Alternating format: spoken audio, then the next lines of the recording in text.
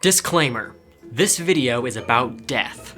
There's no graphic blood or gore, but it does contain discussions of death and violence in cartoons, as well as the Texas snowstorm, space probes from the future, football, and really old light bulbs. Viewer discretion is advised.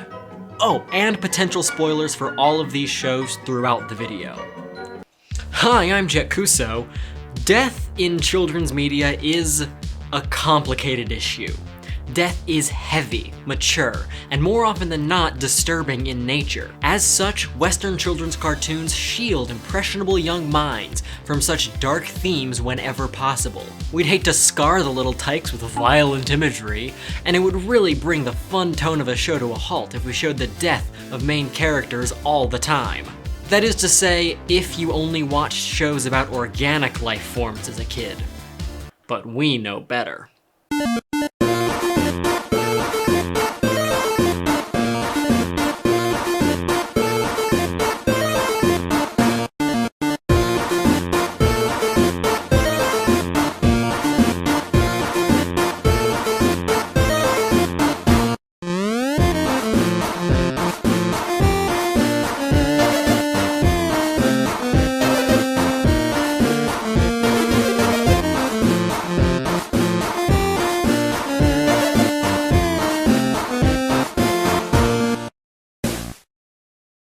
Transformers die a lot, and they don't just die, not just off-screen heroic sacrifices, or villains blowing themselves up through their own folly, though there's plenty of that as well. Transformers get murdered, crushed, melted, torn in half, holes blasted through their chests. In fact, let's take a quick look at the TF Wiki page it's just titled Death, so this is gonna be fun.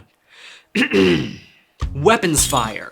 Big explosions, impact trauma, disassembly, with a subsection on bifurcation specifically, holy crap, crushing, melting, disintegration, consumption, decapitation, loss of spark, destruction of spark, energy overload, energy depletion, disease, and aging.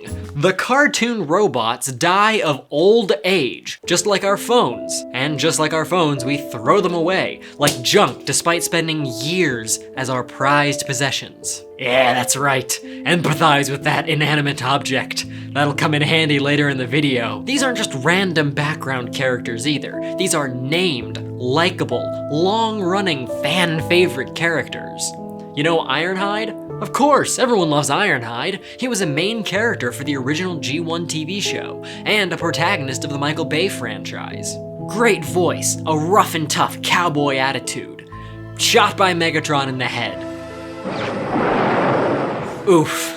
This right here is the toy of a sparkless bot, in stores now. I know it's supposed to be like a zombie or something, but it's functionally a toy called Soulless Corpse. What are you doing, Hasbro? Death is so commonplace in this franchise that Autobot Cliffjumper getting killed is quickly becoming a running joke in the franchise. Killing off Cliffjumper even made it to the big screen in Bumblebee. How many other kids franchises have a running joke about a character who always dies? And boy, don't even get me started on Starscream.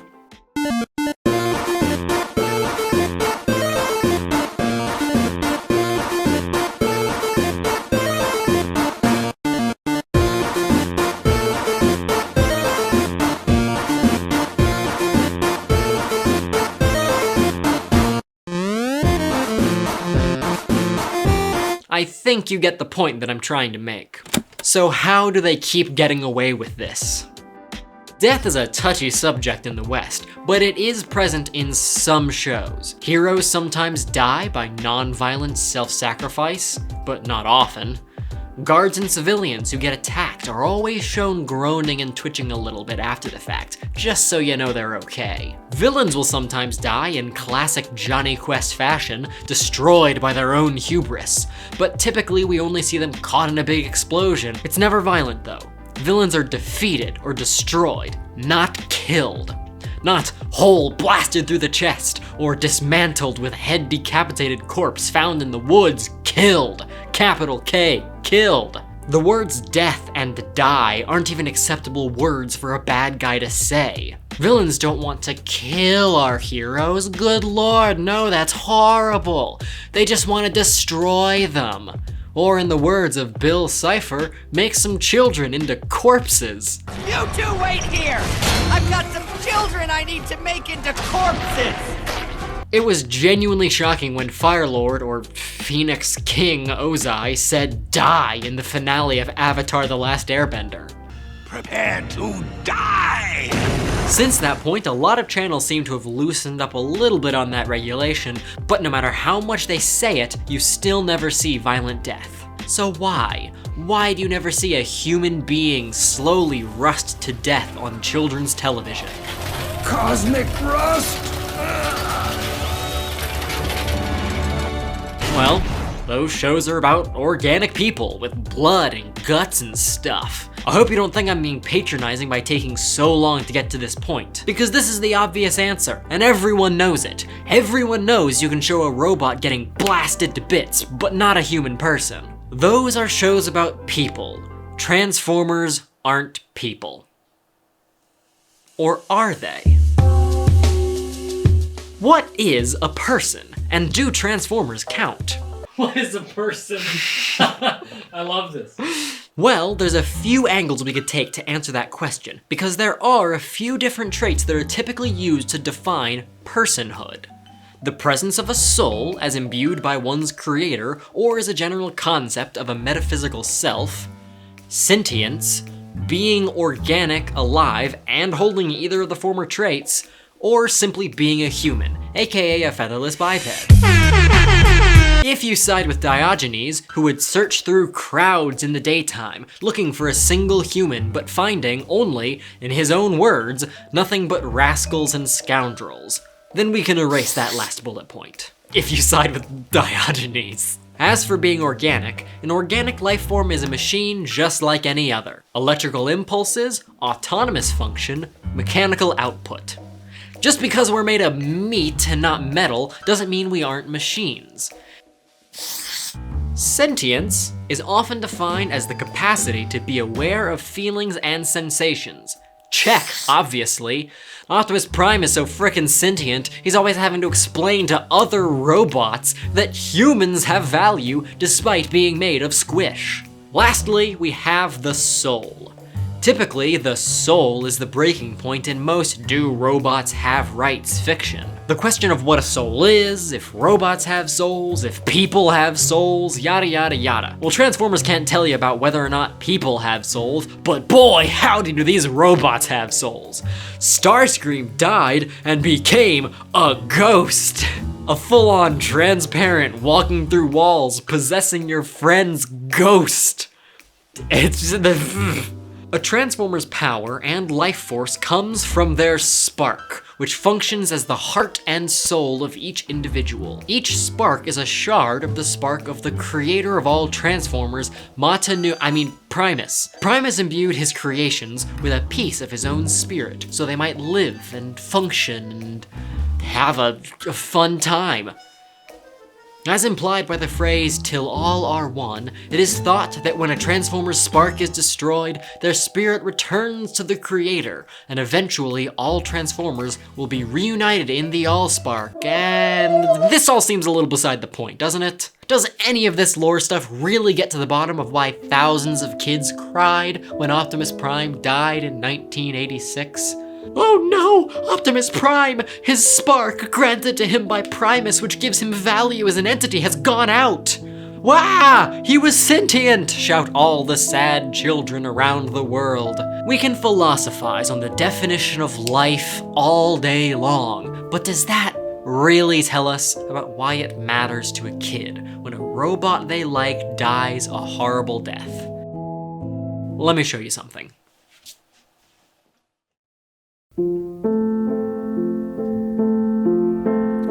This light bulb is 112 years old. It is located at the Fort Worth Stockyards Museum in Fort Worth, Texas, and it is the second oldest working light bulb in the entire world. There's only one light bulb older than this in Livermore, California. It's older by 9 years, hanging in a fire station where it was set up as a night light with no switch to turn it off.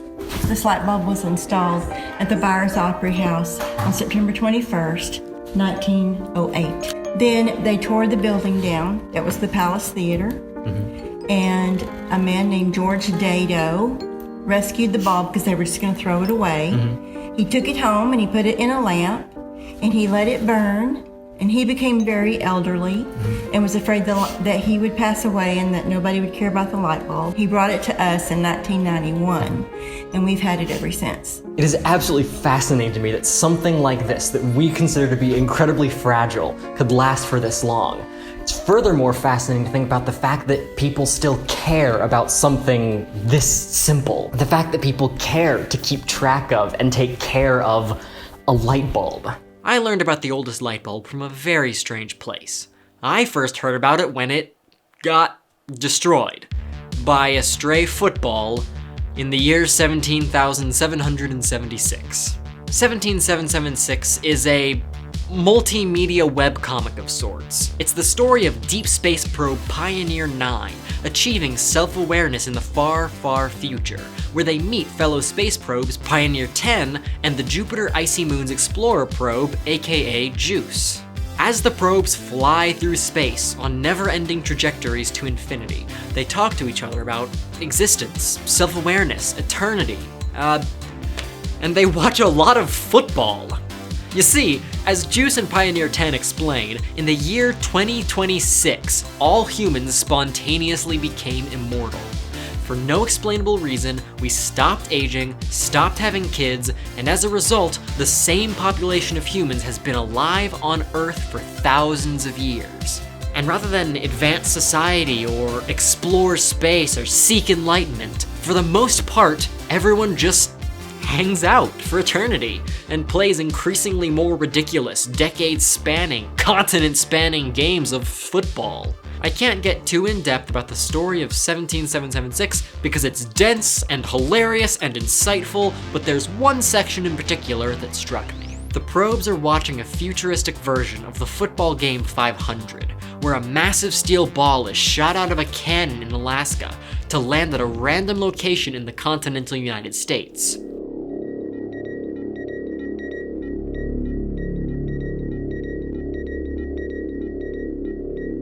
Players then race to grab the football and win points, until one wins enough points that they get to fire the cannon for a while. This is all very fun and exciting, until a stray football starts to fly on a perfect trajectory towards a little fire station in Livermore, California.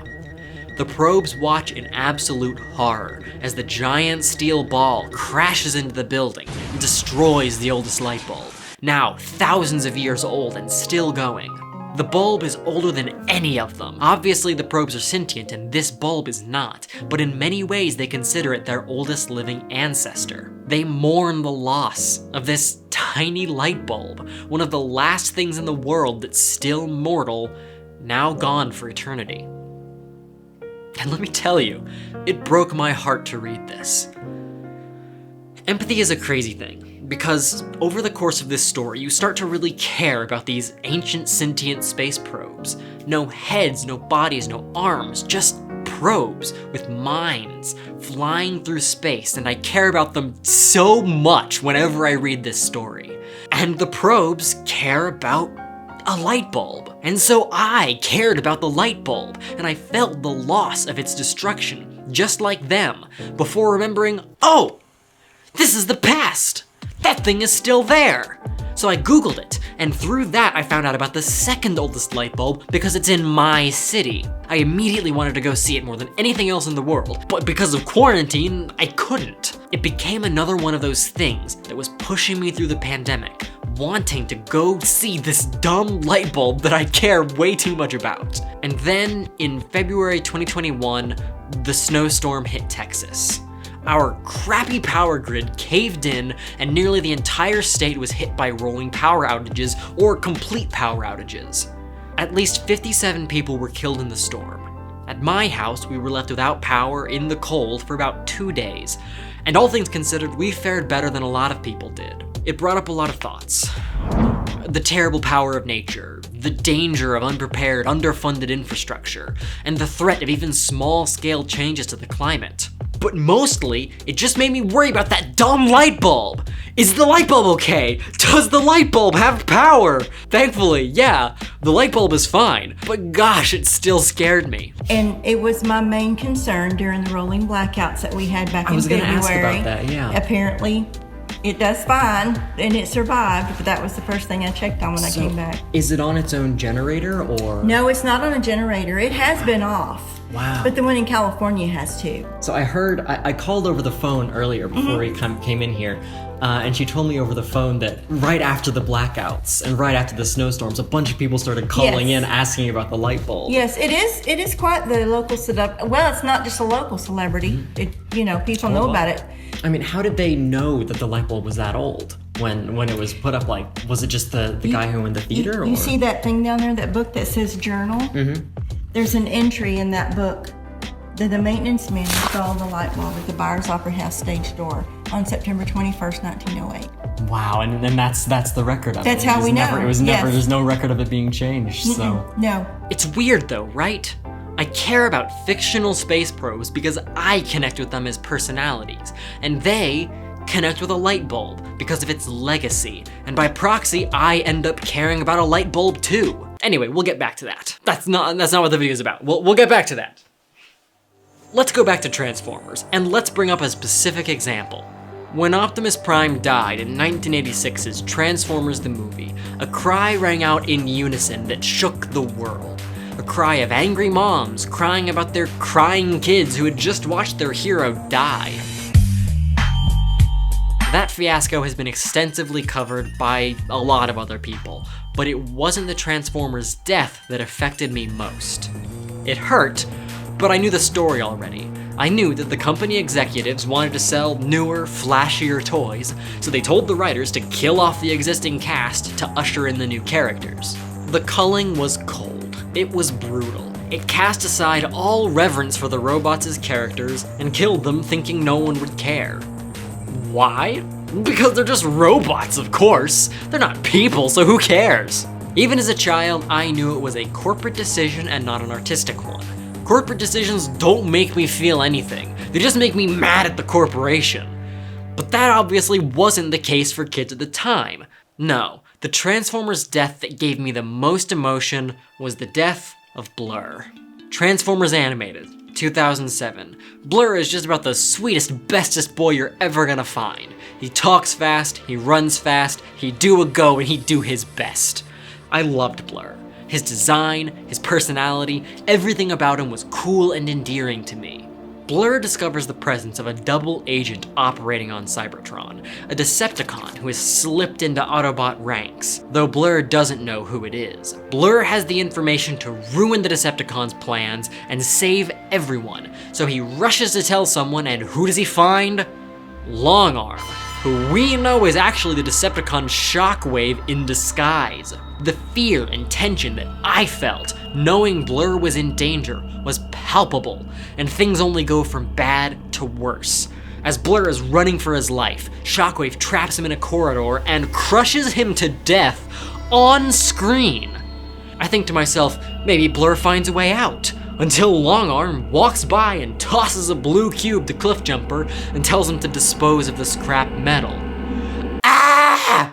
It's brutal! He tosses this guy his own friend's corpse and just moves on. This is some full-on Hannibal Lecter feeding you your own brain, twisted insanity. I had never seen a villain on a kid's show shown to be this psychopathic and evil. It destroyed me, and you know what? I wouldn't change it for a second. It was dark, brutal, tense, exciting, and it sold that the Decepticons as a faction needed to truly be defeated. Characters, good and bad alike, die constantly, but not irreverently, not pointlessly, not to sell toys, always to tell the best story possible, always to make an impact on the audience. Ironically, they only got away with this because the characters are just robots. The studios don't care enough to censor the violence, and as a result, Transformers cartoons have created some wildly sophisticated and impactful narratives about the effects of war? Like, holy cow, that's a crazy topic to have in a kid's show, but why not? Kids experience loss, just like anybody else. Kids experience the death of loved ones all the time. It's not something we can shield them from, and trying to shield children from loss in fiction only leaves them unprepared for reality. Admittedly, I would not want to see a human getting crushed to death and tossed in an incinerator on a kid's show, but, you know, you get the idea. Transformer shows can tell stories writers aren't usually allowed to tell kids. Robots are an approachable way of teaching kids about loss. Kids can empathize with anything, real or fake, flesh or metal, and that's what's allowed Transformers to resonate with so many generations of young people. And all of this brings me back to the light bulb, thinking not just about life and death, but about value. The value something gains with time and with the experiences it goes through. The value something has because people care about it, not just because of what it is. Anything can be important if it's important to people. Whether it's a cartoon robot, an intelligent space probe, a really old light bulb, or a person that isn't like everyone else. Because kids don't see flesh and bone. They don't need a pumping heart inside a chest to know that something or someone has value. All they need to see is a spark.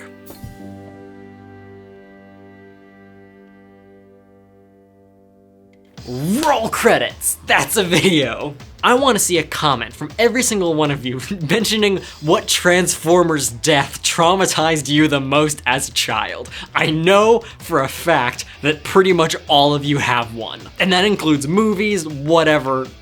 Tell me your robot trauma in the comments. I'll probably read the comments, especially right after the video goes up. Thank you so much for supporting what I do. This is JettKuso, and I'll see you next time. Good golly, we got a lot of new patrons. Thank you to Spiral, my new hyper patron, ParadoxSaber, our new Titan patron, and Jackson Birdwell, a new $20 diamond patron. Thank you so much for joining. And as always, thanks to my diamond patrons, Chell, Nicholas Matrix, Jedi Master, and my new diamond patron, Jackson Birdwell, and my Titan patrons, VarronOoC, The One Only Prime, SheVitus, Sierra 107, Skinny Chalk, Dustin Walker, The Jumping Devil, and ParadoxSaber. Thank you so much, and thank you for supporting the channel.